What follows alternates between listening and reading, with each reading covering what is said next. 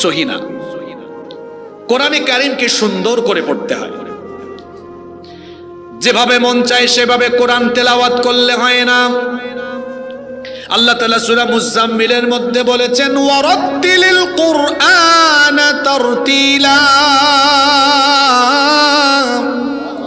তোমরা তারতিলের সাথে অর্থাৎ তাজউইদের সাথে তাজউইদ প্রয়োগ করে তাজউইদের নিয়ম নীতি অনুযায়ী কোরআনকে বিশুদ্ধভাবে তেলাওয়াত করো। বিশুদ্ধভাবে কোরআন তেলাওয়াত করা হলো ফরজ। এজন্য বিশুদ্ধ কোরআন আপনাকে শিখতে হবে, শিখলে পরে মানুষকেও শেখাতে হবে। আর যারা এই কাজে লিপ্ত থাকে, আল্লাহর নবী তাদের ব্যাপারে বলেছেন, খায়রুকুম মান তাআল্লামাল কুরআনা ওয়া আল্লামা, তোমাদের মধ্যে তারা সবচাইতে উত্তম যারা নিজে কোরআন শিখে এবং অন্য মানুষকে বিশুদ্ধ কোরআন শেখায়। সুবহানাল্লাহ। বাংলাদেশে দাবি করা হয় 90% মুসলমান। এই 90%-এর মধ্যে 85% হবে যাদের তিলাওয়াতি সহি নাই। আপনি আমার সাথে একমত হইলে হন, না হইলে নাই, এটাই সত্য কথা। এই যে কোরআন এখনো বিশুদ্ধভাবে শিখলেন না, আমি বললাম কোরআনের 9টা হক, 2 নাম্বার হকেই তো আপনি আটকায় গেলেন, ধরা পড়ে গেলেন। বাকিগুলাতে কোন দিন যাবেন? এখনো বিশুদ্ধভাবে আপনি কোরআন তেলাওয়াত করতে পারেন না। অনেকে আছে এমন টেকনিক অবলম্বন করে, কই হুজুর আমার বাড়িতে তো ওই দেখেন এখানে মনে পাইয়াও গেছি, হ্যাঁ দেখছেন কারবার বাংলা উচ্চারণ আছে। এখন হুজুর বলেন তো, এই যে কলু হাদা, এখানে ক ব সংযুক্ত আকার, এখানে কি লেখা আছে? কা। হুজুররা বলেন এটা কি কা না ক? ক। কেন? কফ এটা মোটা অক্ষর, আরবি 29টা অক্ষরের মধ্যে মোটা অক্ষর 7টা, তাই না? সদ, দদ, ত, দ, খ, গইন, কফ। যেমন অনেকে বলে আইন গাইন, এটা গাইন না, গইন। হ্যাঁ, তারপর অনেকে বলে কি বলে, মনে কর দোয়াদ, দোয়াদ নয় বদ, তাই না? অনেকে বলে তুয়া জুয়া। আহা, হাসতেছেন কেন? এগুলো সেনসিটিভ বিষয় তো। ইংরেজি আপনি বলতেছেন স্টুডেন্ট, ব্রিটিশ আসতে বলে কি করছে শোনা, তো উচ্চারণ হবে স্টুডেন্ট, তাই না? আমিও হয়তো তাদের মতো উচ্চারণ করতে পারছি না, আমার দুর্বলতা আছে, তাই না? তো হয়তো সর্বোচ্চ হাসবে। আপনি ব্রিটিশ উচ্চারণ না পারলে ব্রিটিশ শুনলে হাসবে, কিন্তু কোরআন আপনি অশুদ্ধ তিলাওয়াত করলে এটা হাসি ঠাট্টা নয়, এটা লানতের কাতারে যাবে। রুব্বা কারিউলিল কুরআনি ওয়াল কুরআনু ইয়ালআনুহু, কোরআনের এমন বহু তেলাওয়াতকারী আছে, এরা কোরআন তেলাওয়াত করে আর কোরআন খালি এদেরকে লানত দেয়। এরা কারা? ওই যে আছে ক্বালু হাযাল্লাযী রুযিকনা মিন ক্বাবলু ওয়া উতু বিহি মুতাশাবিহা। এখন সে পড়তেছে ওই যে ওই দেখেন কালু, আল্লাহ আমাকে মাফ করেন, কালু হাযাল্লাযী রুযিকনা মিন ক্বাবলু ওয়া উতু বিহি মুতাশাবিহান। এই বাংলা দেখে পড়ছি আমি। আল্লাহ তুমি আমাকে ক্ষমা করে দাও, আমি মানুষকে বোঝানোর জন্য এভাবে তোমার কিতাব পড়লাম। তো এই যে বাংলা দেখে দেখে পড়লো, একটা অক্ষরের হক আদায় হয়নি। ওই রকম কোরআন পড়বে আর গুনাহগার হবে, কোরআন পড়বে আর গুনাহগার হবে, পড়বে আর গুনাহগার হবে, পড়বে আর গুনাহগার হবে। কোরআনের সাথে ফাইজলামি করার অধিকার কে দিয়েছে আপনাকে? এটা পড়তে হবে সুন্দরভাবে। এজন্যই তো যিনি ইসলাম কবুল করতেন নবীজি ওই সাহাবীকে বলতেন তুমি আগে কোরআন শিক্ষা করো। সুবহানাল্লাহ। একজন সাহাবী কোরআন পারেন না, বলতেন মনে করেন তিনি কোরআন বিশুদ্ধ করে পড়তে পারেন, উনি নতুন ইসলাম কবুল করলেন, আল্লাহ রসুল হাত ধরায় ওনাকে বলতেন যে তুমি উনাকে কোরআন শিখায়া দাও। সুবহানাল্লাহ। যিনি ইসলাম কবুল করতেন রসুল বলতেন কোরআন শিক্ষা করো। বলেন তো কোরআনের সর্বপ্রথম নাজিল হওয়া শব্দ কি? তাহলে এইটা বলে কোরআন শিক্ষা নফল করা হয়েছে না ফরজ করা হয়েছে? এবার আসেন বিশুদ্ধভাবে কোরআন তেলাওয়াত না করলে কি হয়, আমি কয়েকটা পয়েন্ট বলি। 1 নাম্বার পয়েন্ট হলো যারা বিশুদ্ধভাবে কোরআন তেলাওয়াত করে না এদের নামাজ হয় না। এদের নামাজ নষ্ট হয়ে যায়। 60 বছর 65 বছর ধরে নামাজ আদায় করেন, আর নামাজে দাঁড়ায়া বলেন, কোরআনকে ব্যঙ্গ বিদ্রুপ করে আপনি পড়েন আলহামদুলিল্লাহি রাব্বিল আলামিন। আল্লাহ আমারে ক্ষমা করেন। আহা, কি জাতের মুসলমান হলেন! এখনো আল্লাহর কালামের প্রথম সূরা খোলার পরে প্রথম আয়াতটা সুন্দর করে বলতে পারলেন না। এটা সুন্দর করে শুদ্ধ করে বলা উচিত। আলহামদুলিল্লাহি রাব্বিল আলামিন আর রহমানির রহিম মালিকি ইয়াউমিদ্দিন ইয়্যাকা না'বুদু ওয়া ইয়্যাকা নাস্তাঈন ইহদিনাস সিরাতাল মুস্তাকিম সিরাতাল লাযীনা আন'আমতা আলাইহিম গায়রিল মাগদুবি আলাইহিম ওয়ালাদ-দাল্লিন।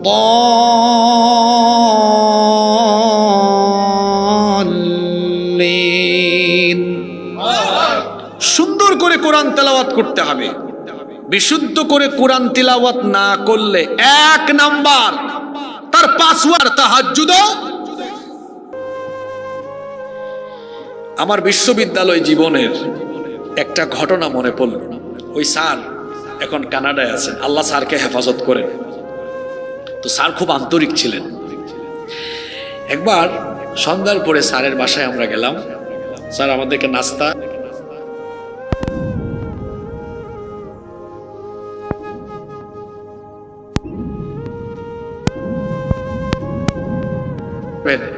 এক বান্ডিল খাতা বের করলেন। পরীক্ষা দিয়েছি কয়েকদিন আগে। আমাদের ক্লাসের একজনের খাতা বের করে বললেন, দেখো ও প্রায় 51 পৃষ্ঠা লিখেছে। আমি তার নাম্বার দিয়েছি 1। কত নাম্বার? আমরা অবাক হয়ে বললাম, স্যার এত পৃষ্ঠা লিখেছে 1 পাইছে কেমনে? স্যার বললেন, ও প্রশ্ন আছে একটা আর লিখেছে আরেকটা খাতা দেখায় বললেন, দেখো ও মাত্র 15-16 পেজ লিখেছে, সে A+ পেয়েছে। একজন A+ পেয়েছে, লিখেছে কম, কোয়ান্টিটি পরিমাণ কম। আরেকজন লিখেছে বেশি, কোয়ান্টিটি বেশি, নাম্বার পাইছে কম। একজন কম লিখে বেশি নাম্বার পেয়েছে, কারণ লিখার কোয়ালিটি ভালো। 100 রাকাত নামাজ আদায় করেছে, তিলাওয়াত সহি না, কোয়ান্টিটি বেশি, নামাজের কোয়ালিটি আল্লাহর কাছে নাই। 2 রাকাত নামাজ আদায় করেছে, বিশুদ্ধ তিলাওয়াত, নামাজে খুশু আছে, মনোযোগ আছে, রুকু সুন্দর, সাজদা সুন্দর, রুকু সাজদা তাআদিলে আরকান ধীরে স্থির ভাবে আদায় করেছে।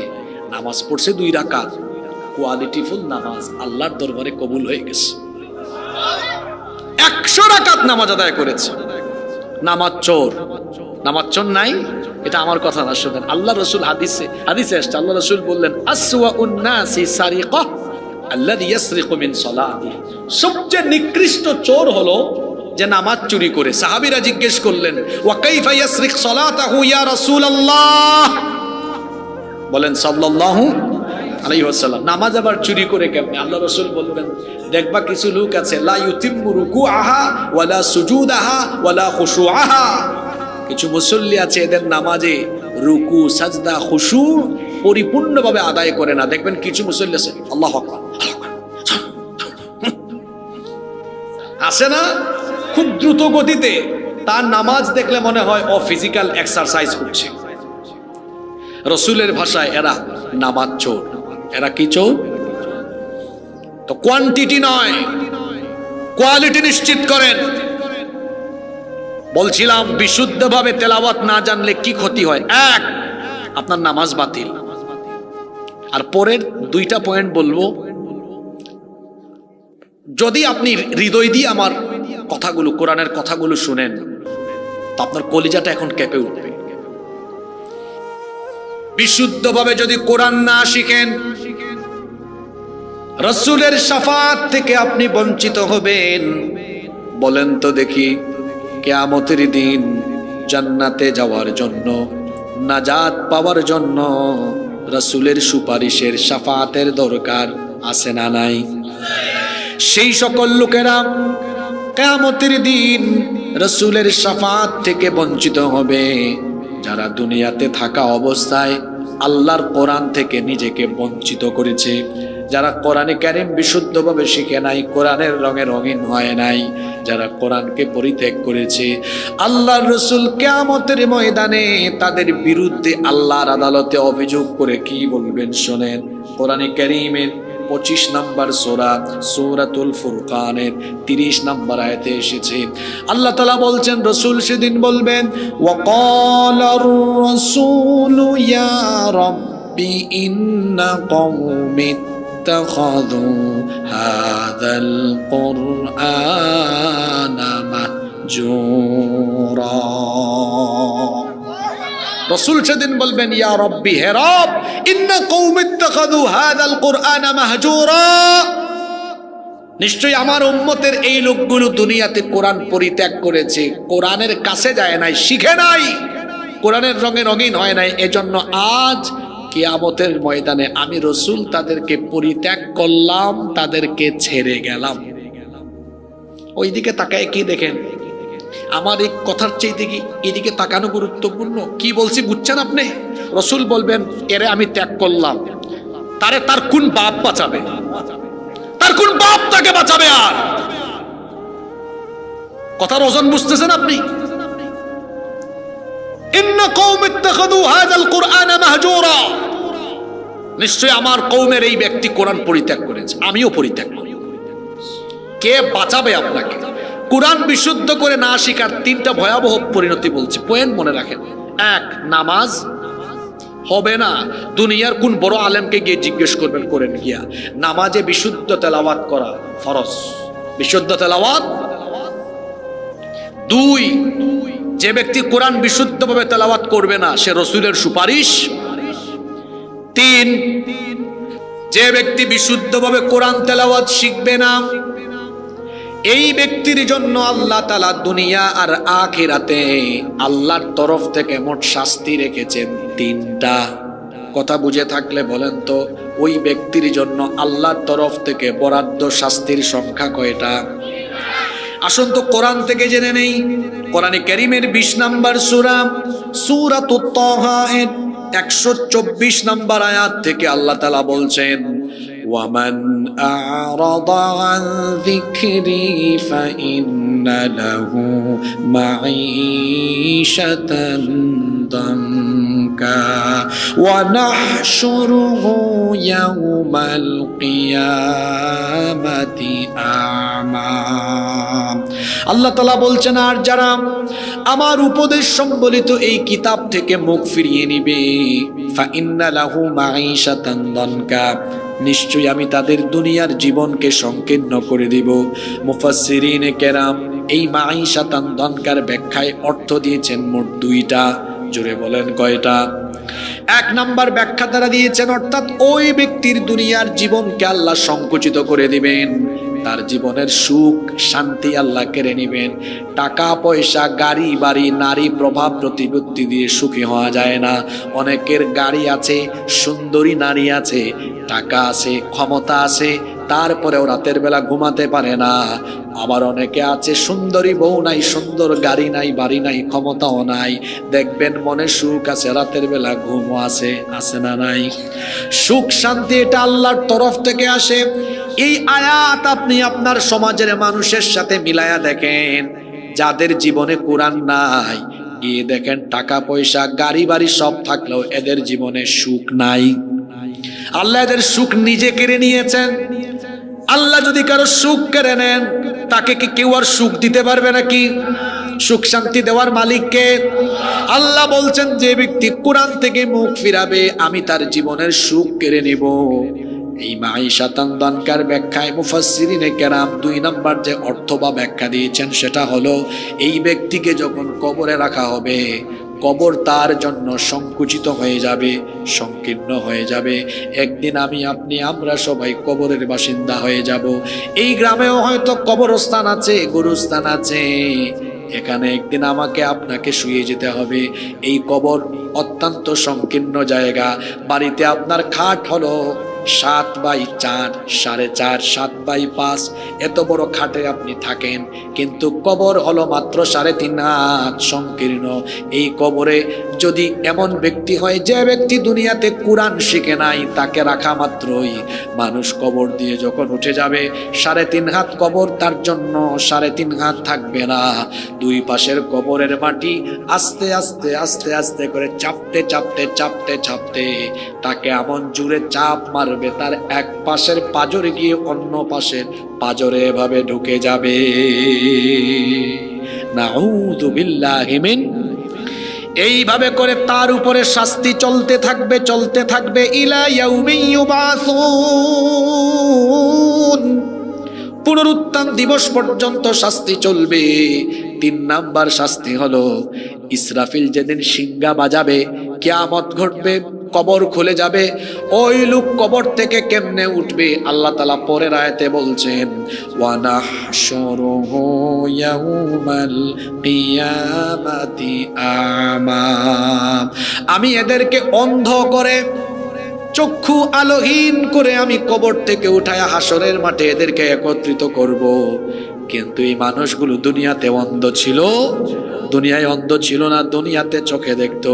এরা যখন কবর থেকে অন্ধ অবস্থায় উঠবে, হাসরের ময়দানে অন্ধ অবস্থায় যখন যাবে, তখন তারা আল্লাহ তাআলার কাছে অভিযোগ করে বলবে, ক্বালা রাব্বি লিমা হাশারতানি আমা ওয়া ক্বাদ কুনতু বাসীরা, হে রব, তুমি আমাকে অন্ধ করে দিয়েছো কেন?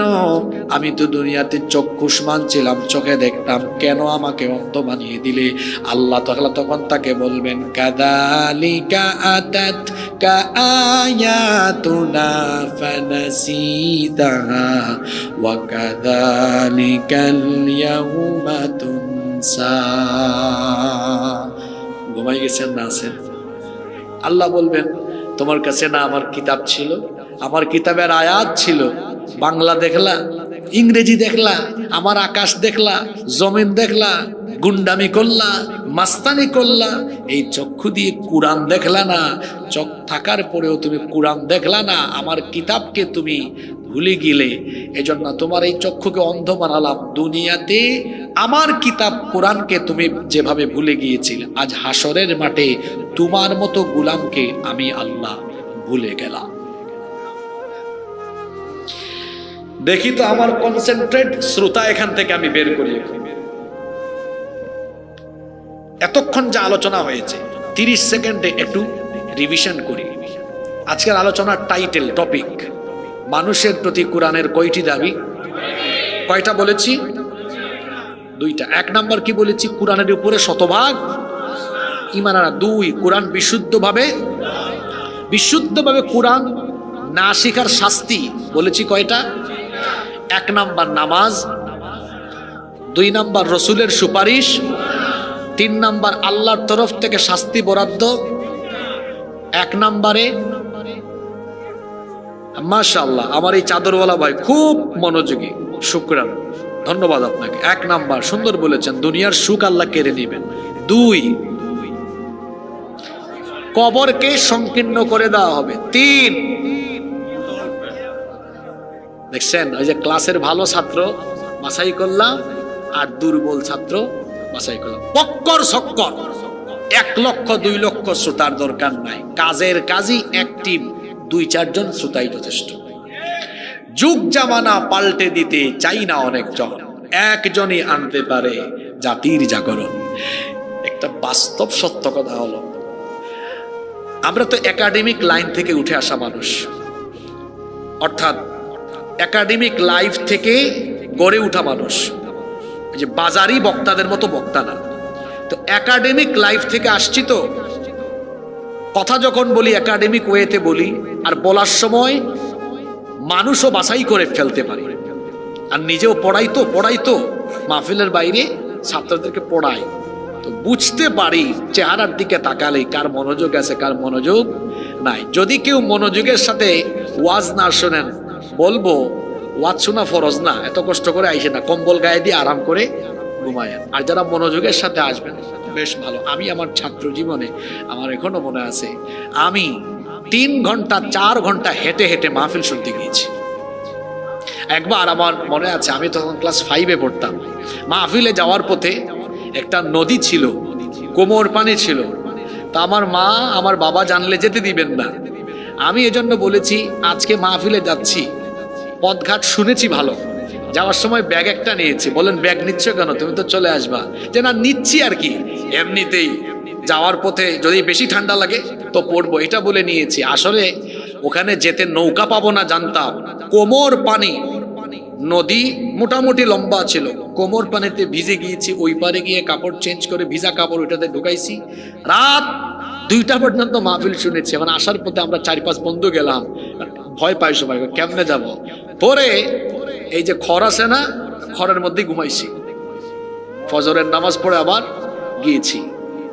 আমার এখনো বহু মাহফিল আছে, আমি ওই হুজুরদের থেকে শুনেছি, এখনো মনে আছে হুজুর ওই দিন কি বলেছিলেন কথা। তা আমি যাচ্ছি এক জায়গায়, আমার সময় নষ্ট করবো কেন? আমি যেটা শুনবো মনোযোগের সাথে শুনবো। তবে হ্যাঁ, মাহফিল এমন কিছু কোয়ালিফাইড শ্রোতাও আছে যাদেরকে আলোচনার শেষে জিজ্ঞেস করলো, ওরা পয়েন্ট ওয়াইজ মোটামুটি বলতে পারে, আলহামদুলিল্লাহ। তো এইভাবে মাহফিল শুনতে যাবেন। কষ্ট পেয়েছেন আমার কথায়? সম্মানিত উপস্থিতি, আমার আব্বাজানরা, ওনারা যদি মাঝে মাঝে জবাব দিতে না পারেন আর আমার আপত্তি নেই। ওনারা আমার বাবার বয়সী মানুষ, বয়স হয়েছে তো। কিন্তু যুবক ভাইরা, আপনার তো এখনো ইয়াং, এই শীত আপনারে ধরলে হবে? দেখেন না আমি নিজে ব্লেজার খুলে ফেলছি। আর গাজওয়াতুল হিন্দ যে কোনো সময় হয়ে যেতে পারে, হিন্দুস্তানের সাথে একটা যুদ্ধ হবে। 1500 বছর আগে বলেছেন মুহাম্মদ, আমরা বলি সাল্লাল্লাহু। হাদিসটি নাসাইতে, তিরমিজি শরীফে বর্ণিত হয়েছে। বর্ণনাকারী সাহাবী হলেন সাউবান রাদিয়াল্লাহু আনহু। তিনি বলছেন, ইসাবাতান মিন উম্মতি আহরাজাহুমাল্লাহু মিনান নার। আমার উম্মতের 2টা দলকে আল্লাহ জাহান্নাম থেকে মুক্তি দিয়ে দিয়েছেন। এই 2 দলকে জাহান্নামের আগুন পুড়াবে না, এই 2 দলের জন্য আমার জান্নাত ওয়াজিব।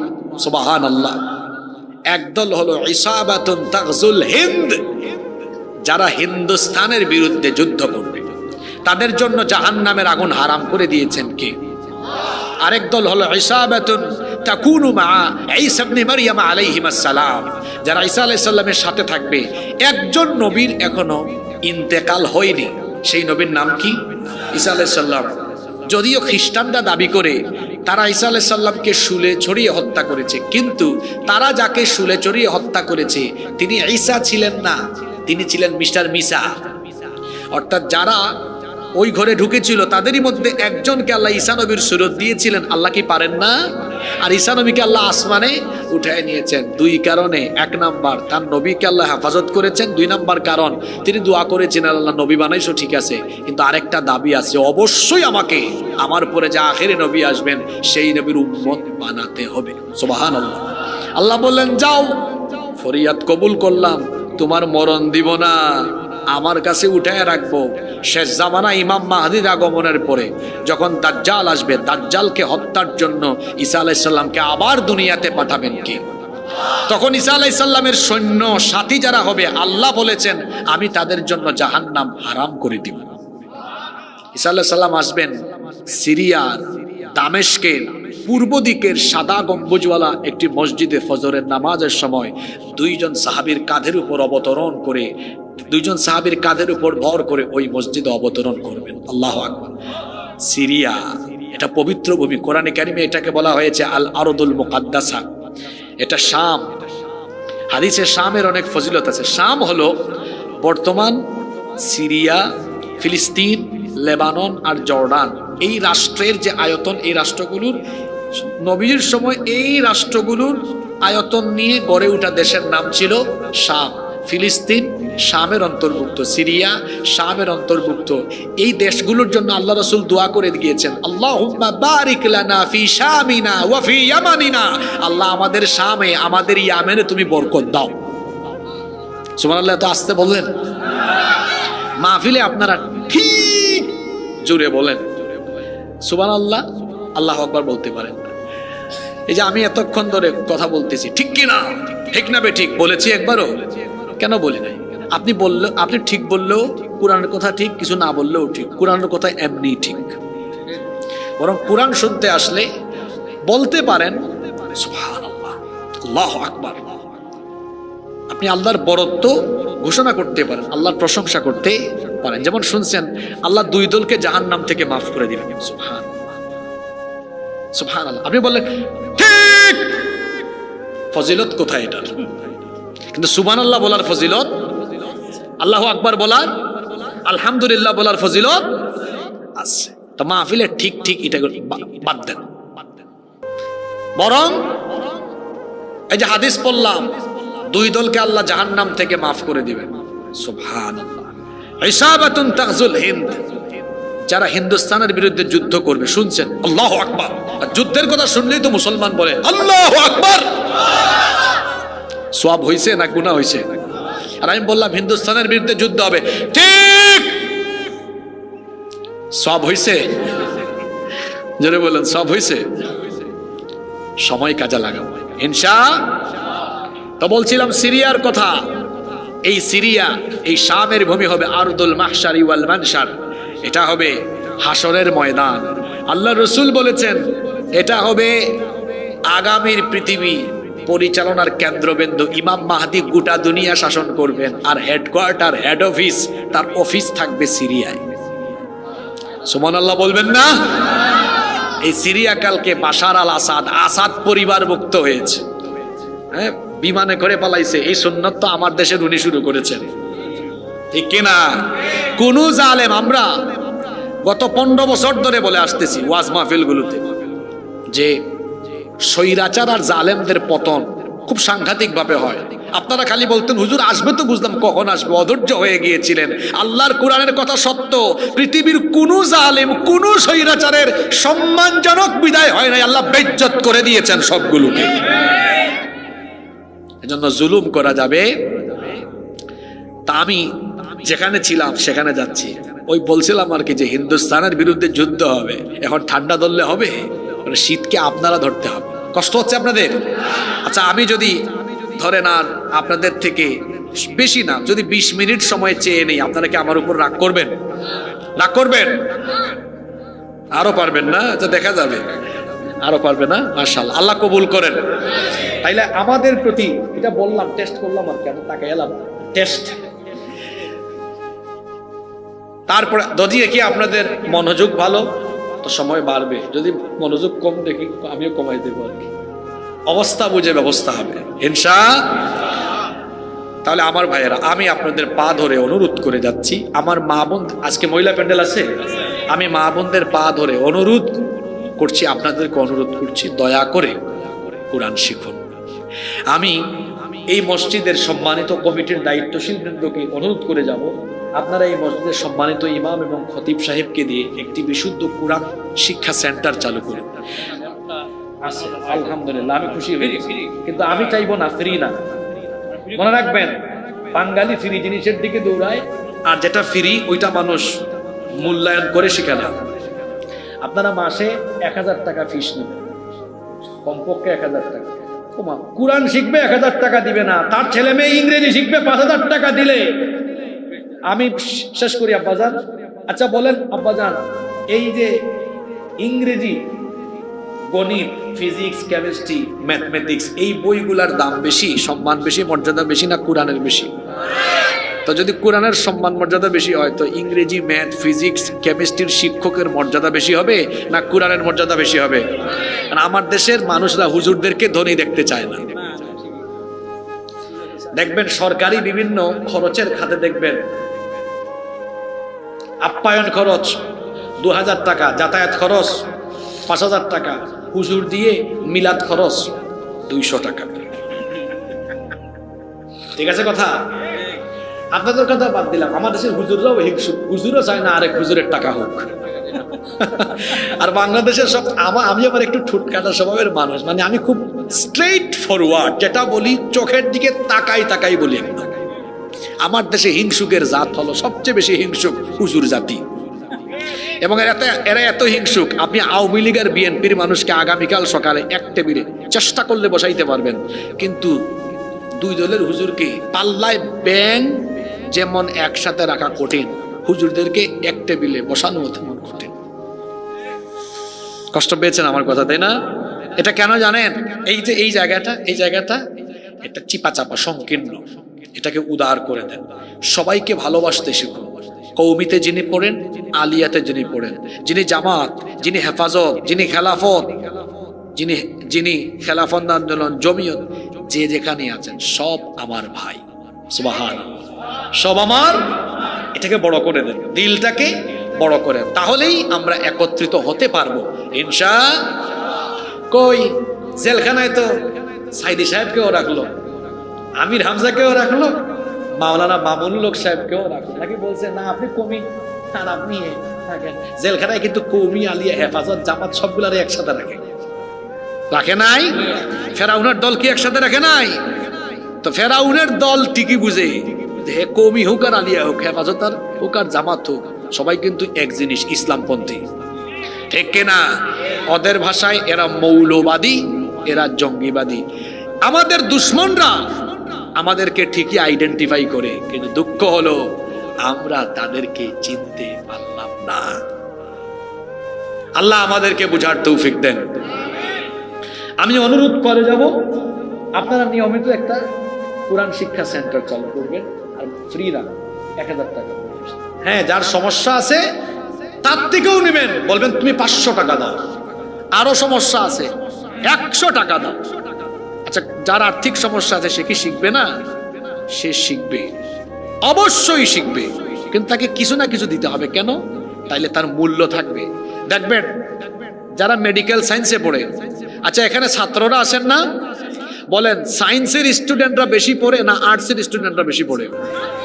সায়েন্সে খরচ বেশি না আর্টসে খরচ বেশি?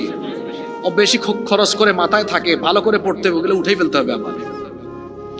তো কোরআন শিক্ষা করে তো শুধু দুনিয়া পাবেন না, দুনিয়ার সাথে সাথে আখিরাতের জান্নাতও পেয়ে যাবেন। সুবহানাল্লাহ। একটু খরচ করবেন। যেমন আমার নিজের একটা ভার্চুয়াল বিরাট প্রতিষ্ঠান আছে, IIED, institute of Islamic education and development. সেখানে জেনারেল ব্যাকগ্রাউন্ডের এদের জন্য দিন শিক্ষার বিভিন্ন ধরনের শর্ট টাইম এবং লং টাইমের কোর্স আছে, ডিপ্লোমাও আছে, diploma in Islamic studies course আছে। সেখানে প্রায় 26টা কোর্সের সাবজেক্টের সমন্বয়ে একটা ডিপ্লোমা কোর্স, যেটাকে আমরা বলি আলিমিয়া কোর্স, আলেম বা আলেমা কোর্স। তো সেটার অনলাইন প্ল্যাটফর্মে আমাদের ক্লাস চলে, সেখানে অনেক ফি দিয়ে পড়াশোনা করতে হয়। আবার যারা আর্থিকভাবে সমস্যাগ্রস্ত তারেও আমরা ছাড় দিই না, আমি বলি আপনার সামর্থ্য অনুযায়ী দিবেন, দিয়ে দিয়ে পড়তে হবে, তখন পড়ার মূল্যায়ন থাকে। আমি এটা অভিজ্ঞতা নিয়ে বলতেছি, আমি একবার 1000 জনকে ফ্রি দিয়েছিলাম। কয় হাজার জনকে? 1000 জনকে। এটা আপনারা অনেক দূরে তো, এই যে হুজুর আমার পাশে আছেন, দেখি 1000 থেকে কমতে কমতে এখন কইমা কত হয়েছে আপনাদেরকে দেখাই। মানে আপনাদেরকে একেবারে বাস্তব জিনিসটা আজকে দেখায়া যায়। কত দেখেন তো ভাই? 646 মেম্বার ছিল, কিন্তু 1000। সব কি টাকা না ফ্রি? সব ফ্রি। প্রথম দিন ক্লাসে এসছে 1000-এর থেকে 300। এক সপ্তাহ পরে ক্লাসে পাওয়া গেছে 10 জন। কয়জন? আর যারা ফি দিয়ে পড়ে, প্রত্যেকটা সেকশনে 18 জন থাকে। 18 শুরুর দিন থাকে, সার্টিফিকেট পাওয়ার দিনও 18 জন থাকে। আপনি কি মনে করছেন আমি যে কথাগুলো বলছি এগুলো পরীক্ষা না করে বলেছি? দীর্ঘ কয়েক বছরের প্রতিষ্ঠান পরিচালনার অভিজ্ঞতা থেকে এই কথা শেয়ার করে গিয়েছি। এজন্য আমার ভাইকে অনুরোধ করে গিয়েছি, ফি দিয়ে পড়া। হ্যাঁ, যার সমস্যা আছে ও দিবে, 50 টাকা দিবে। এরপর এই টাকাটা দিয়ে কি করবেন? ইমাম সাহেব বা শিক্ষক যারা ছিলেন তাদের সম্মানে দিবেন, পাশাপাশি মসজিদ থেকে উন্নয়নমূলক কিছু কাজও আপনারা করতে পারেন। যাদের থেকে ফি নিবেন তাদেরকে বলবে, যেমন আমার প্রতিষ্ঠান অলাভজনক, এখান থেকে আমার শিক্ষকদের বেতন আমি প্রায় 2-2.5 লক্ষ টাকা এখান থেকে দিয়ে বাদবাকি টাকা, যেহেতু আমাদের এই প্রতিষ্ঠানের শেষে ডেভেলপমেন্ট শব্দটা উল্লেখ আছে, আমরা সামাজিক উন্নয়নমূলক কাজে অবদান রাখি। আলহামদুলিল্লাহ। তা আপনি এভাবে রাখেন, যেমন আমরা আমাদের প্রতিষ্ঠান চালাতে গিয়ে, এটা অনলাইন তো, আর বাংলাদেশের সব হলো ফেসবুক মুজাহিদ, তো অনেকে দেখা যায় মন্তব্য করে, এখানেও কোরআন দিয়ে আপনারা ব্যবসা শুরু করলেন, অত ব্যাকল, অত বুঝে না, আর আমাদেরও অত সময় নাই তার ওইটা দেখা বা রিপ্লাই করা, কারণ কাজের মানুষ কাজ করে আর অকর্মা পিছনে পিছনে ঘুরে। কথা বুঝতে পেরেছেন?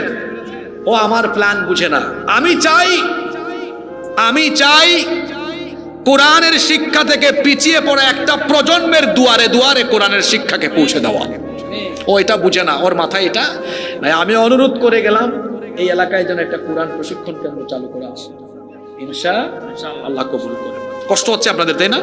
পরবর্তী পয়েন্টগুলো অনেক সুন্দর। আপনার নাম্বার 3, আমাদের প্রতি কোরআনের 3 নাম্বার দাবি হলো, আমরা বিশুদ্ধ করে কোরআন শিখে ফেললাম, এরপরে দায়িত্ব হলো বেশি বেশি কোরআন তিলাওয়াত করা এবং কোরআন শোনা। সুবহানাল্লাহ। আপনার মন খারাপ হয়ে গিয়েছে, ঋণের টেনশন, বিভিন্ন দুশ্চিন্তা, পরিবারের টেনশন, চাকরির টেনশন, ইনকামের টেনশন, কত ধরনের টেনশন।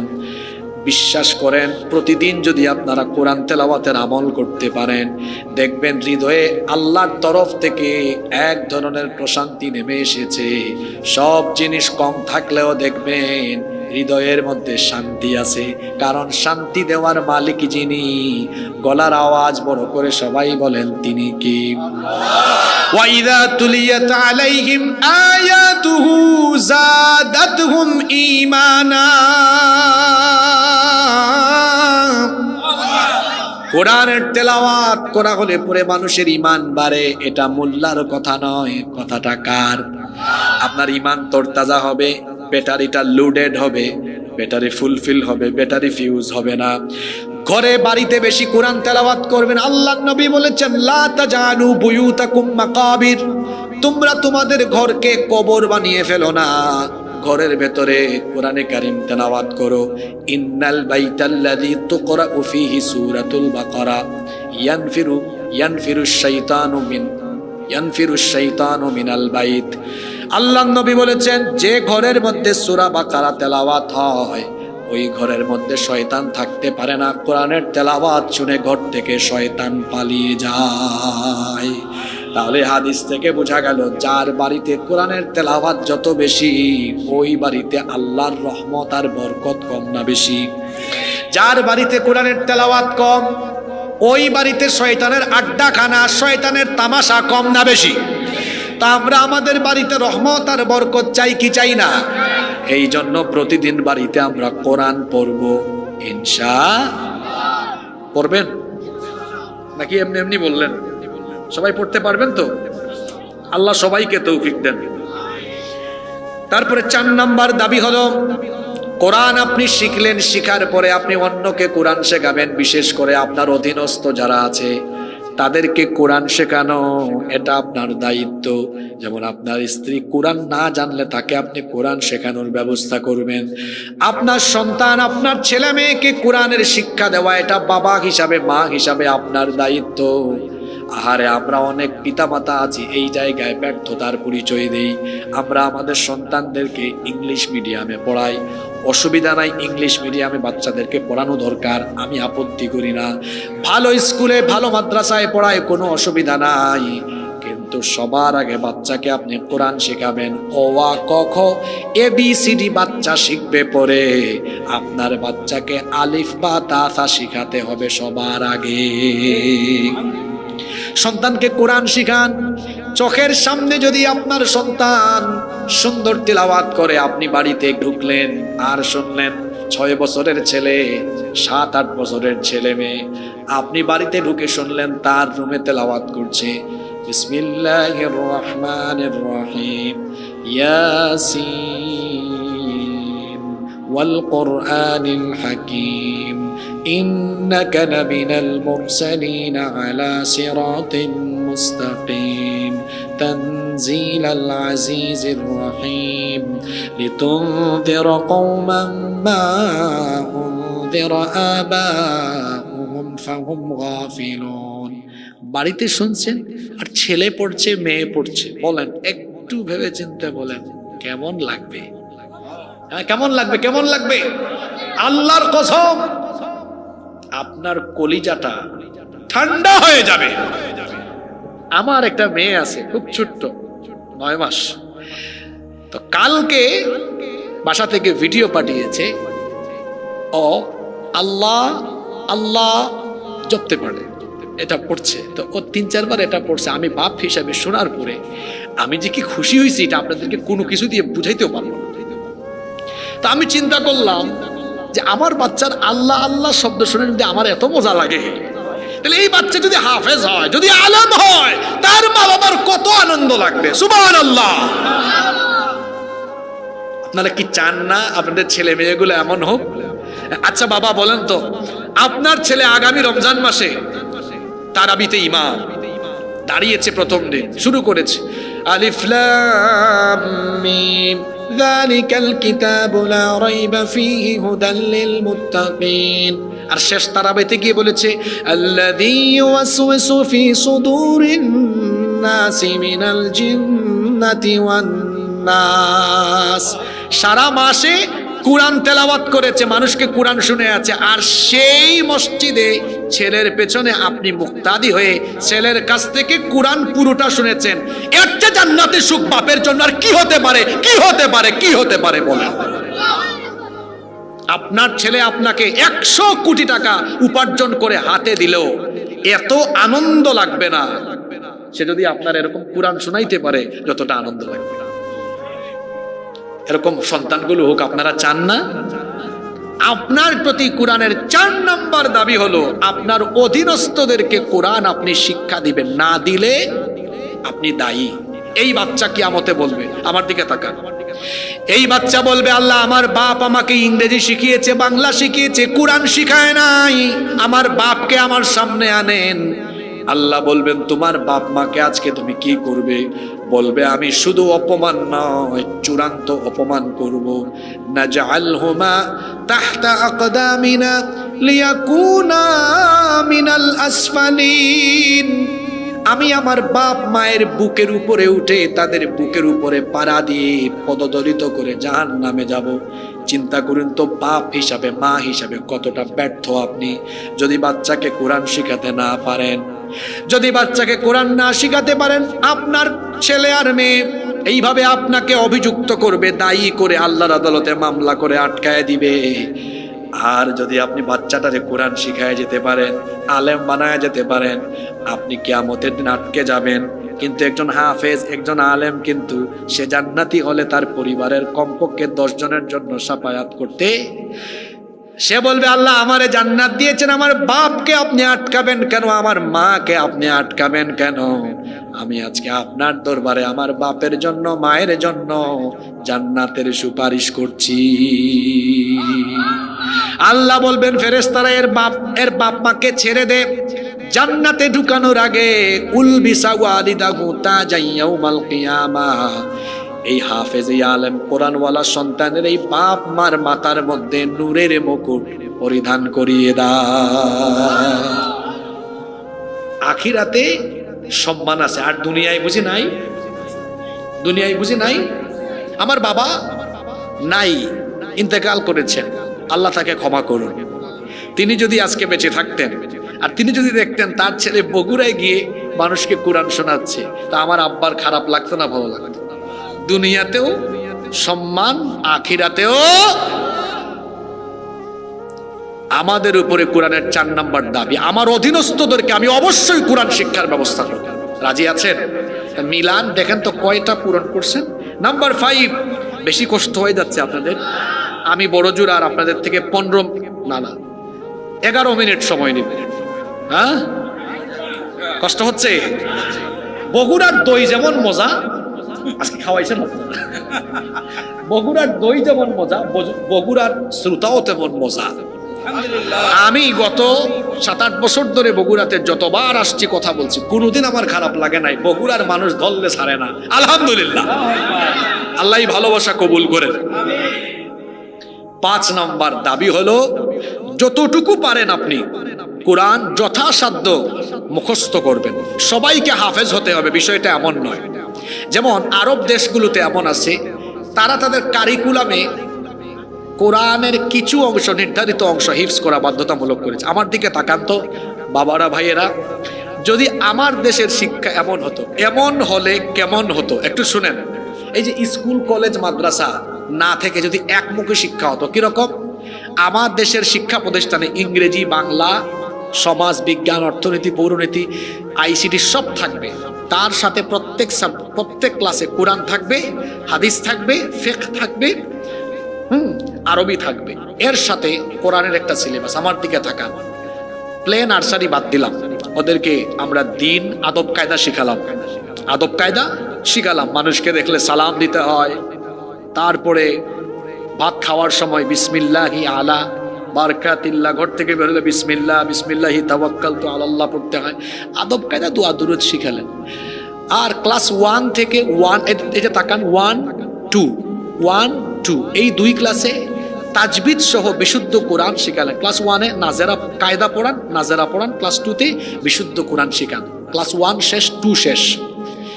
ক্লাস 3, 4, 5, 6, 7, 8, 9, 10, 8টা ক্লাস। কয়টা ক্লাস?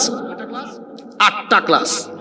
8টা ক্লাসে প্রত্যেক বছর 3 পারা সিলেবাসে ঢোকান, যে 3 পারা তোমাকে মুখস্থ করতেই হবে। 3 পারা সমান হাফেজে কোরআনে কত পৃষ্ঠা? 3 পারায় 60 পৃষ্ঠা না? 3 বিশে 60। আচ্ছা, একটা ছাত্র 60 পৃষ্ঠায় 1 বছরে মুখস্থ করা ব্যাপার, এটা ব্যাপার বলেন? হ্যাঁ, 60 পৃষ্ঠা 365 দিন। অত ডেইলি 1-2 লাইন করে পড়লো, বউ তাকে শেষ হবে। তাহলে দেখেন, প্রতি বছরে 3 পারা। এটা আমার প্রণীত সিলেবাস। আমি কিছু শিক্ষা প্রতিষ্ঠান বাংলাদেশে তৈরি করার প্ল্যান নিয়েছি। আমার চিন্তা হচ্ছে ডাক্তার হবে, হাফেজ ডাক্তার, ইঞ্জিনিয়ার হবে, হাফেজ ইঞ্জিনিয়ার, ব্যারিস্টার হবে, হাফেজ ব্যারিস্টার, ব্যারিস্টার আর ইংরেজিতে কোর্টে দাঁড়িয়ে মহামান্য আদালতকে ইংরেজিতে যেমন হেয়ারিংয়ে তার হেয়ারিং শোনাবে, পাশাপাশি মাঝে মাঝে কোরআন হাদিসের উদ্ধৃতি দিবে। এরকম। তাইলে ক্লাস 10 পর্যন্ত 3 আটা কত পারা? 3 আটে বলেন না বাবারা, বলেন কত? তো বাকি আছে আর কয় পারা? ইন্টার ফার্স্ট ইয়ারে আরো 3, সেকেন্ড ইয়ারে আরো 3। কত হইল? অনার্সে আর মাস্টার্সে তার কাজ হলো সে তার নির্ধারিত সাবজেক্টের উপরে অনার্স মাস্টার্স করবে, আর দাউরা হবে, দাউরা। আপনারা আমাকে বলেন, এরকম প্ল্যান ওয়াইজ চললে কোরআন মুখস্থ করা কি কঠিন? আপনাদের পুঁজি কি? আপনাদের পুঁজি হলো আলাম তারা কাইফা ফাআলা রাব্বুকা বিআসহাবিল ফিল, এই সূরা থেকে কুল আউযু বিরাব্বিন নাস। এই 10টা, এর বাইরে আর কিছু। কেন? আল্লাহ যদি কিয়ামতে জিজ্ঞেস করেন, এত লম্বা হায়াত দিলাম আর পারো নাই? কোরআন মুখস্থ করার কৌশল আপনাদেরকে দিই। আপনারা তো আর ছাত্র না, আমরা এরকম প্রতিষ্ঠান। আপনারা দোয়া করবেন আমরা যেন করতে পারি। আল্লাহ আমাদেরকে তৌফিক দেন। তো এটা তো করলে এই সুযোগ জেন জির ছেলেরাও পাবে না। এটা আলফা জেনারেশন বুক করবে, সামনে যে জেনারেশন আসবে। আপনারা দোয়া করবেন ওই জেনারেশনকে আমরা যেন এভাবে গড়ে তুলতে পারি। আপনারা কি করবেন? আপনাদের জন্য একটা সিলেবাস আমার আছে। সিলেবাসটা হলো এই, যার মেধা যেমন আমি স্কুলে পড়তাম, আমার বাবা আমাকে, আমার 14 গোষ্ঠীতে কোনো আলেম নাই, আমার বাবা আমাকে স্কুল থেকে ধরে মাদ্রাসায় দিয়েছেন। আমি স্কুল পড়ুয়া, মাদ্রাসা পড়ুয়া, আমি আলহামদুলিল্লাহ স্কুলেও পড়েছি, মাদ্রাসা থেকে সর্বোচ্চ ডিগ্রি নিয়েছি, বিশ্ববিদ্যালয় থেকেও সর্বোচ্চ ডিগ্রি নিয়েছি। সব জায়গায় পড়াশোনার সুযোগ আমার হয়েছে। তো আমি হাফেজ হতে পারিনি, কিন্তু আলহামদুলিল্লাহ এখন আমি কোরআনে কারীম পড়তে নিজেই হাফেজ হওয়ার পথে আছি, আলহামদুলিল্লাহ। কিভাবে পারবেন? এটা অনেক সহজ। এক আয়াত শিখেন না, আরে এক আয়াত করে শিখলেও তো 6000, যদি 6236 ইখতিলাফ আছে, তো 6236, 6666, 6000-এর উপরে ইখতিলাফ আছে। আমি ইখতিলাফ বাদ দিয়ে যদি ধরি 6000-এর উপরে, তো 6 বা 6500 দিন, কয়েক বছর তো লাগে। দেখেন কোরআন শিখা কত সহজ। একটা আয়াত ধরেন, সূরা নাবা 30 পারার প্রথম সূরা। আজকে এক আয়াত পড়েন, আম্মা ইয়াতাসাআলুন, 2 শব্দের এক আয়াত মুখস্থ করেন, সারাদিন এটা পড়েন, এক হরফ পড়লেই তো 10 নেকি, সুবহানাল্লাহ। আগামীকাল আর এক আয়াত পড়েন, আনিন নাবাইল আযীম। 3 নাম্বার দিন আর এক আয়াত পড়েন, আল্লাযী হুম ফীহি মুখতালিফুন। 4 নাম্বার দিন আর এক আয়াত, কাল্লা সায়ালামুন। 5 নাম্বার দিন, সুম্মা কাল্লা সায়ালামুন। কয় আয়াত হইল? আমার এখন 1 রাকাতের পুঁজি হয়ে গেছে আলহামদুলিল্লাহ। কোরআন মুখস্থ করে কোরআন ধরে রাখার কৌশল কি? যা মুখস্থ করবেন তার নামাজে অ্যাপ্লাই করবেন। 5 নাম্বার দিনে আপনি শুরু করেন, আম্মা ইয়াতাসাআলুনা আনিন নাবাইল আযীমিল্লাযী হুম ফীহি মুখতালিফুন কাল্লা সায়ালামুনা সুম্মা কাল্লা সায়ালামুন। আল্লাহু আকবার। 1 রাকাত হয়ে গেছে না? হয়ে গেছে কিনা? এই রকম কোরআন একদিন 1 আয়াত করে পড়লো, আপনাদের পুঁজির ভান্ডার 10 সূরায় সীমাবদ্ধ থাকতো না। এখানে পাওয়া যাইতো হুজুর 5 পারা শেষ, ওদিকে বলতো হুজুর 6 পারা, ওইদিকে বলতো 10 পারা, ওইদিকে বলতো হুজুর 17 পারা। 2019 সালে আমি সৌদি আরবের এই জিদ্দা থেকে মক্কায় যাচ্ছি, এক ইয়ামেনি ড্রাইভার, ও তিলাওয়াত করছে 15 পারা থেকে। আমি বললাম, হাল আনতা হাফিজুল কোরআন? এত সুন্দর তেলাওয়াত, আপনি ড্রাইভার মানুষ, আপনি কি হাফেজে কোরআন নাকি? কয় না হুজুর, হাফেজে কোরআন না, তবে অর্ধেকের বেশি মুখস্থ করে ফেলেছে। ও পারলে ড্রাইভার মানুষ, আমরা কি পারবো না? আমার বাংলাদেশিদের মেধা বেশি, এটা চাপাবাজি নয় তো। দেখেন না প্রতি বছর আন্তর্জাতিক হিফজুল কোরআন প্রতিযোগিতায় সব দেশের প্রতিযোগীরা পিছনে, বাংলাদেশিরা সামনে। সুবহানাল্লাহ। বিশ্বাস করেন আপনারা অনেক, আর উত্তরবঙ্গের মানুষ বেশি মেধাবী, কারণ এখানে ভেজাল কিছুই নেই। যে শাকসবজি আর যে পরিমাণ, আপনাদের এলাকার সবকিছু মজা জানেন, আপনাদের গরুর গোশত মজা হবে না কেন? মজা বলেন। আপনারা এটা ধান খাওয়াইয়া, ধান খেতে জবাই দাও, ওইখানে মনে রান্না করে। শাকসবজিগুলো তরতাজা, এজন্য চেহারা, এই দেখেন আমার ডানে বামে যারা বসছেন, চেহারা তেলতেলা, আপনাদের সুন্দর চেহারা, এই যে খান ভালো। আমার চাচাদের বয়স, আমি উত্তরবঙ্গে ওই দিন কোথায় জানি না, দাঁড়ান আমি বলতেছি, পঞ্চগড়ের পাশে কি ঠাকুরগাঁও, ঠাকুরগাঁওয়ে 100 বছরের উপরে এক চাচা এসে বলতেছেন, আমি একটা কবিতা লিখছি, পড়েন তো। আমি কবিতার ওই খাতা ওইটা হাতে নিয়ে বললাম, চাচা বয়স কত? কই বিশ্বাস করবেন না, 100-র উপরে আছে। আল্লাহু আকবার। Physical fitness. আর এখন দেখেন না, এই জেনজির ছেলেরা 18-19 বছরের বয়স, তার গালের 2 পাশের এই যে মাংস, এগুলো হাড্ডির চিপার ভিতরে ঢুকে গেছে। এমনে ফার্মের মুরগির মতো জিমাই জিমাই হাঁটে। কেন জানেন? ও রাত 3টা-4টা পর্যন্ত মোবাইলে তাহাজ্জুদ পড়ে। ওর ঘুম ঠিক নাই, ওর যৌবন নষ্ট হয় বিভিন্ন আবুল তাবুল জায়গায়। আর যার ঘুম ঠিক নাই, ওর কিচ্ছু ঠিক নাই। আমার তো মনে হয় কুস্তিতে লাগাই দিলে 80 বছরের চাচার সাথে 20 বছরের ছেলেটা পারবে না। কেন পারবে না জানেন? এর সবকিছু ফিউজ হয়ে গেছে, চাচার কিছুই ফিউজ হয় না এখন। কথা বুঝেন নাই আপনারা? অত ফিউজ মাল কিছুই নাই তার। যুবক ভাইদেরকে বলছি, মোবাইলের ব্যবহার করেন, অপব্যবহার করা যাবে। আজকে যুবকদের চরিত্র নষ্ট করার আকর্ষণীয় উপাদানের নাম হলো এই মোবাইল ফোন। হারাম রিলেশন করে গার্লফ্রেন্ড বানিয়ে ফেলেছে এই বয়সে। চিন্তা করেছেন? বিবাহ বহির্ভূত সকল ধরনের সম্পর্ক হারাম করে দিয়েছেন কে? যে ছেলে মেয়েদের পিছনে ঘুরঘুর করে, ও একটা ইতর। মেয়েদের পিছনে তুমি কেন ঘুরঘুর করবা? নিজেকে এমন যোগ্যতায় নিয়ে যাও যেন সুন্দরী সুন্দরী মেয়ের বাপ তোমার পিছে ঘুরে, তার মেয়ে বিয়ে দেওয়ার জন্য। চরিত্র সুন্দর বানাও, কেরিয়ার সুন্দর বানাও। আল্লাহ বুঝার তৌফিক দেন। তাহলে কোরআন শিখার কৌশল বলে দিয়ে গেলাম, পারবেন তো ইনশাআল্লাহ? এটা আমাদের প্রতি কোরআনের কয় নাম্বার হক? 5। এটা আমরা 9টা বলবো না, 6 নম্বরে চলে আসছি। 6 তো 6 বলার আগে একটা রিভিশন মেরে দিই। 1 নাম্বার হক হলো কোরআনের উপরে পূর্ণাঙ্গ কি আনা। 2 নাম্বার বিশুদ্ধ কোরআন শিখা। 3 নাম্বার অধীনস্থদেরকে কোরআন শেখানো। 4 নাম্বার বেশি বেশি কোরআন পড়া এবং শোনা। 5 যথাসাধ্য কোরআন মুখস্থ করা। 6 সবচেয়ে গুরুত্বপূর্ণ এটা। 6 হলো কোরআন অনুযায়ী আমল করা। কোরআন অনুযায়ী কি করা? আমাদের দেশে বহু মুসলমান আছে, কোরআনের সাথে তাদের জীবনের কোনো মিল নাই। কোরআনে আছে সুদ খায়ও না, সে সুদ খায়। কোরআনে আছে ঘুষ খায়ও না, সে ঘুষ খায়। কোরআনে আছে হারাম উপার্জন করো না, সে হারাম খায়। তাহলে কোরআনে আছে একটা, আর তার জীবনে করে আর একটা। এমনটা হওয়ার কারণ হলো এই ব্যক্তি কোরআন পড়লেও কোরআন বুঝে কোরআন অনুযায়ী আমল করে না। যেই ব্যক্তি কোরআন তেলাওয়াত করে কিন্তু আমল করে না, সেই ব্যক্তি হলো এমন, সেই ব্যক্তি হলো স্বাদহীন কোনো ফলের মতো। এই ব্যক্তির জীবন হলো এমন, এই ব্যক্তির জীবনটা হলো নিফাকিতে ভরপুর।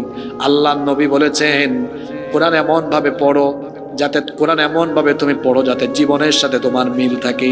আল্লাহ তো কোরআনেও বলেছেন লিমা তাকুলুনা মা লা তাফআলুন, যেটা বলো সেটা কেন করো না, যেটা বলবেন সেটা করবেন।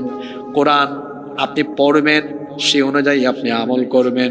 যে ব্যক্তি কোরআন অনুযায়ী আমল করে, আল্লাহ নবী বলেছেন মান ক্বালা বিহি সাদাকা, যে কোরআন থেকে বলে সে সত্য বলে। ওয়া মান হাকামা বিহি আদালা, যে কোরআন দিয়ে বিচার করে সে ন্যায় বিচার করে। ওয়া মান হাকাম, এরপরে আল্লাহ নবী বলেছেন ওয়া মান আমিলা বিহি উজরা, যে কোরআন অনুযায়ী আমল করে তাকে পুরস্কার যিনি দান করেন তিনি কে? সাহাবীরা একবার আমাদের মা আয়েশা রাদিয়াল্লাহু আনহার কাছে গেলেন, গিয়ে বললেন আমাদেরকে ওয়াজ করেন, নসিহত করেন, নবীজির চরিত্র কেমন কেমন ছিল আমাদের একটু ওয়াজ করেন। তিনি বললেন ওয়াজ করার দরকার নাই, বাড়ি চলে যাও, তোমাদের বাড়ি থেকে কোরআন নাই। কানা খুলুকুল কোরআন, বাড়ি গিয়ে কোরআন পড়ো, কারণ এই কোরআন যেমন আমার নবীর চরিত্র হলো তেমন। কোরআন ছিল যেমন, রসূল ছিলেন। তাহলে কোরআন অনুযায়ী আমল করতে হলে কোরআন কি করতে হবে? পড়তে হবে। এবং কোরআন অনুযায়ী আমল করতে হলে তো কোরআন একবার শেষ করতে হবে, তাই না? এই যে এটা হলো প্রিন্টেড কোরআন, আর আমার রসূল ছিলেন প্র্যাকটিক্যাল কোরআন। সুবহানাল্লাহ, প্র্যাকটিক্যাল জীবন্ত কোরআন। তা আমি আপনি যদি এভাবে নিজেদের জীবনে কোরআনের প্রয়োগ করতে চাই, তাহলে তো অন্তত কোরআন একবার হইলেও তো শুরু থেকে শেষ পর্যন্ত পড়া দরকার না? পড়ছেন না? পড়েন নাই। কেন পড়েন নাই? একটা ভয়, হুজুর দেখছেন আপনার হাতে এটা কত বড় জিনিস, এটা কেমনে পড়তাম? দেখবেন পরিকল্পনা নিলে বড় জিনিস। আচ্ছা, আপনাদের বগুড়া শহরে যে বড় বড় বিল্ডিং এর কাজ কি কন্ট্রাক্টর, ঠিকাদার, মিস্ত্রি আইসাই শুরু করে, না তার আগে ইঞ্জিনিয়ার প্ল্যান বানায়?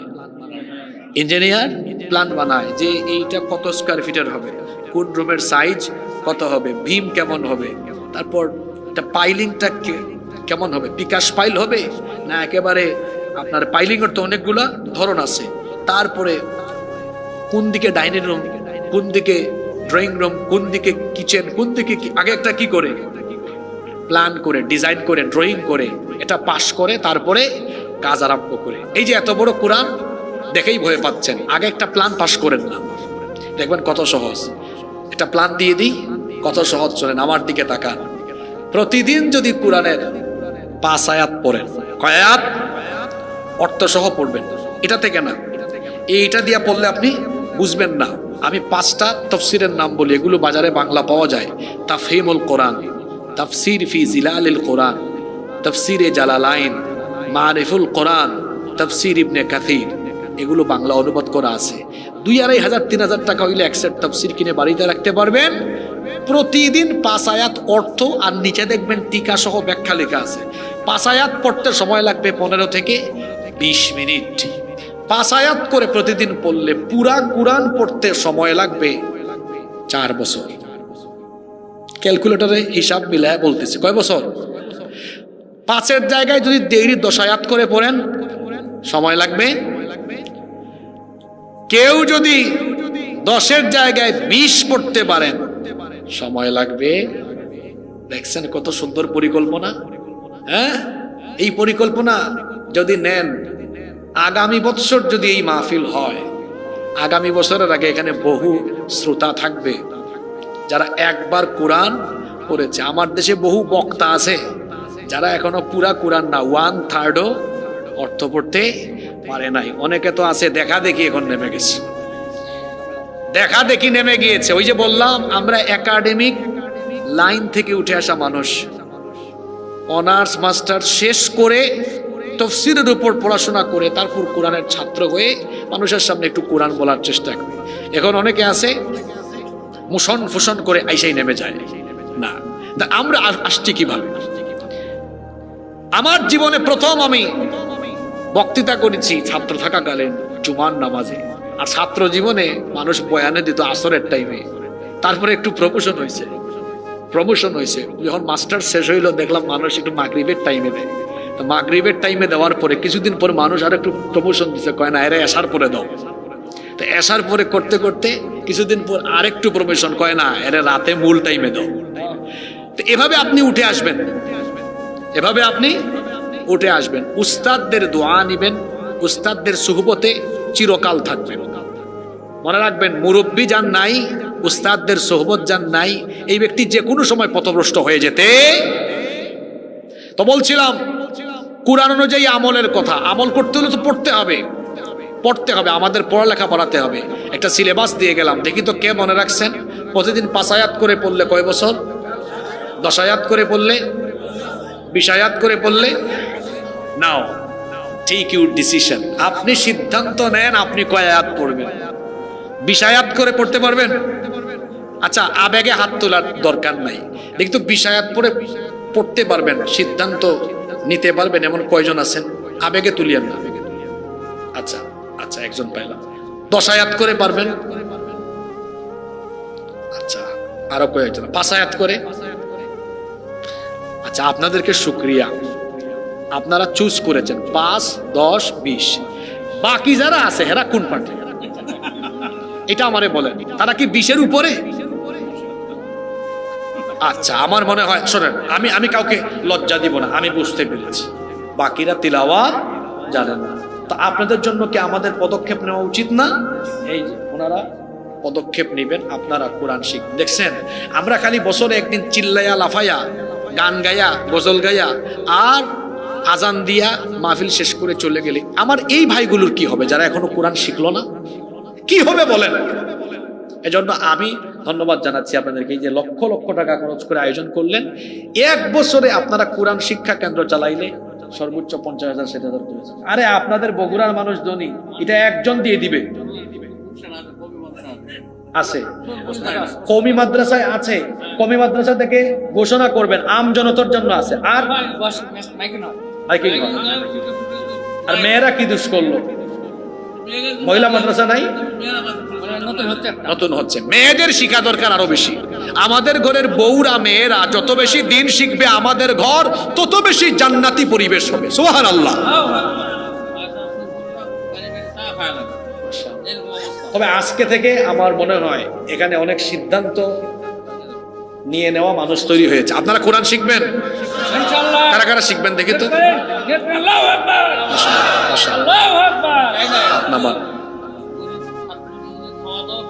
না এটা সমস্যা, ফ্রি করবেন না, আমি এটার পক্ষে না। আমার সাথে অনেকে দ্বিমত হবে, আমি ফ্রির পক্ষে না। বাঙালি ফ্রি পাইলে ওইটার শুধু এতিমদেরকে ফ্রি দেওয়া যায়। আমার কাজিন আলহামদুলিল্লাহ, তিনি সম্পদশালী মানুষ, নিজের টাকায় নিজের জায়গায় তিনি বহুতল ভবন মাদ্রাসা করে পয়সা দিয়ে, মানে টাকা দিয়ে দিয়ে গরিব মানুষের ছেলে মেয়েদেরকে টাকা দিছে, রে তোমরা আসলে দৈনিক 50 টাকা 100 টাকা দিবে। মানে এই লোকের টাকা রাখার জায়গা নাই, তো আলেম ওলামারা পরামর্শ দিয়েছেন সে আনে। এবছর তার মাদ্রাসার পুরস্কার বিতরণীতে আমাকে নিয়ে গেছে কিছুদিন আগে। নেওয়ার পরে দুঃখ বলতেছেন, ভাই 4টা বছর কোটি টাকা ইনভেস্ট করলাম মানুষের পিছনে, আসে না। তার ড্রেস, তার থাকা খাওয়া সব দেওয়ার পরে আরো পয়সা দেয়, তার মা বাপকে টাকা দেয় 200 টাকা 300 টাকা। ওই লোককে আল্লাহ সম্পদ দিয়েছেন অনেক। সে বলে, ভাই করবোটা কি? আমি বললাম, ভাই আমার কথা শুনলে তো আপনি রাগ করবেন। কয় না, রাগ করবো না, বলো, তুমি আমার ছোট ভাই, রক্ত সম্পর্কে মানুষ। আমি বললাম, শুধু এতিমদেরকে ফ্রি দেন, বাদ বাকি সব ফ্রি বন্ধ করে দেন।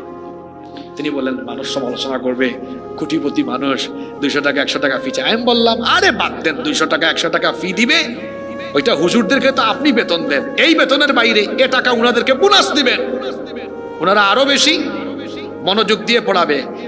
এরপরে যদি বলেন না হুজুররাও বোনাস দেবেন, আমার বেতনে না, তাহলে এই টাকাটা রাখেন, বছর শেষে ছাত্রদেরকে আবার এই টাকা দিয়ে কিনে পুরস্কার, তাও আপনি ফ্রি দিবেন না।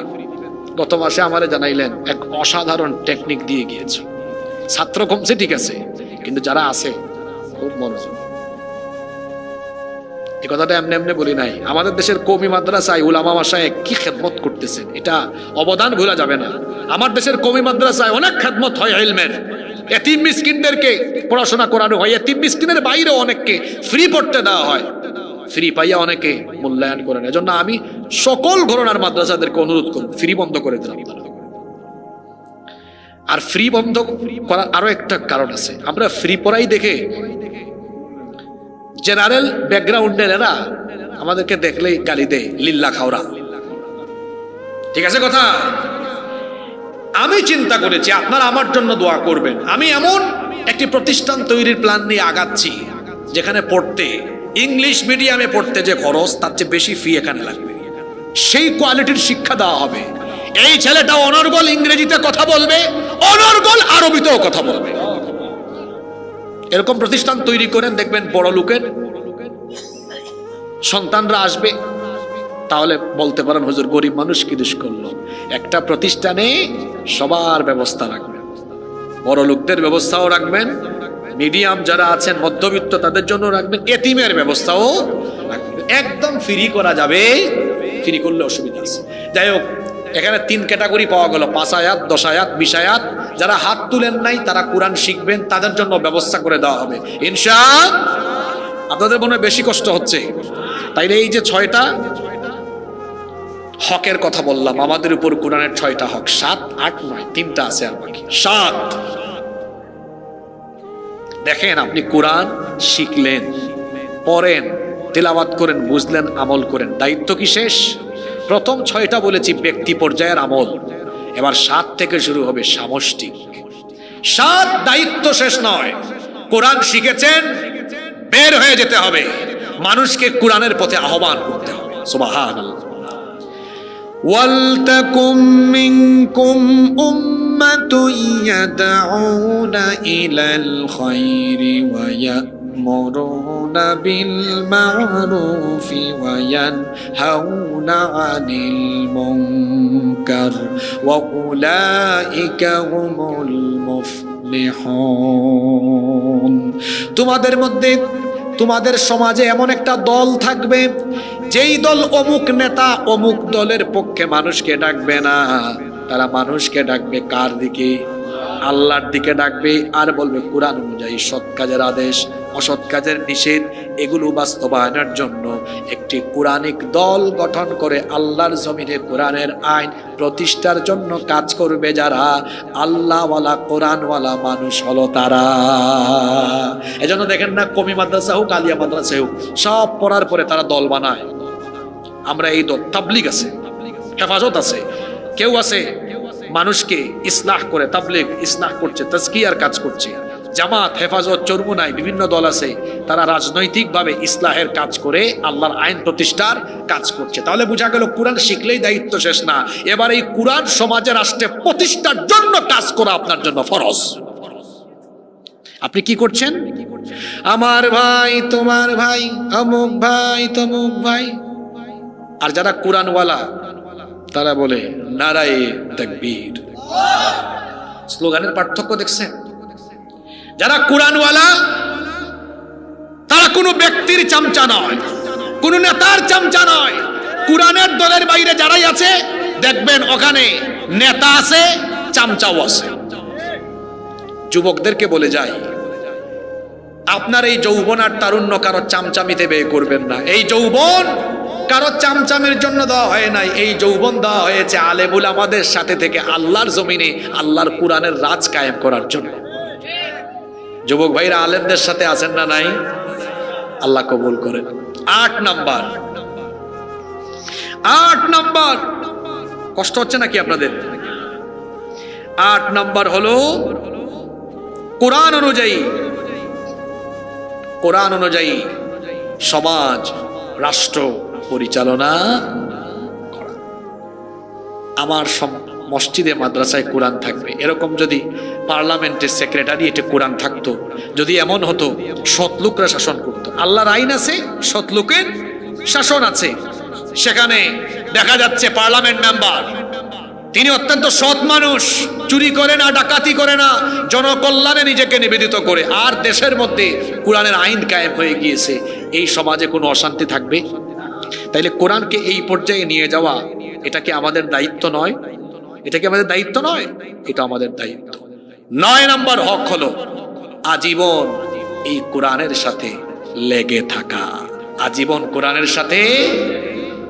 এই 9টা দাবি যারা পূরণ করবে, কোরআন কিয়ামতের ময়দানে ওই ব্যক্তির পক্ষে দাঁড়িয়ে আল্লাহর সাথে ঝগড়া করবে ততক্ষণ, লোকটাকে আল্লাহ মাফ করে দিয়ে জান্নাতে দিবেন না যতক্ষণ। সুবহানাল্লাহ। তাইলে এবার বলেন তো, আজকে তাফসিরুল কোরআন মাহফিলে এসে, কোরআন মাহফিলে এসে মানুষের উপর, আমাদের উপর কোরআনের দাবিগুলো জেনেছি। আমাদের উপরে কোরআনের দাবি কয়টা? জোরে বলেন, কয়টা? এখন আমি প্রশ্ন করি, যদি এখানে এমন কাউকে আমি পাই 100 ভাগ উত্তর দিয়েছে, তারে আমি পুরস্কার দিয়ে যাব। দেখি এমন কে আছে যে সবগুলোর উত্তর দিতে পারে। কোরআনের দাবি বলেছি কয়টা? 1 নাম্বার পরিপূর্ণ, 2 নাম্বার, 3 নাম্বার। আচ্ছা, 2 নাম্বার পয়েন্টে যে বললাম বিশুদ্ধ করে কোরআন শেখা, বিশুদ্ধ করে কোরআন না শেখার শাস্তি কয়টা? 1 নাম্বার।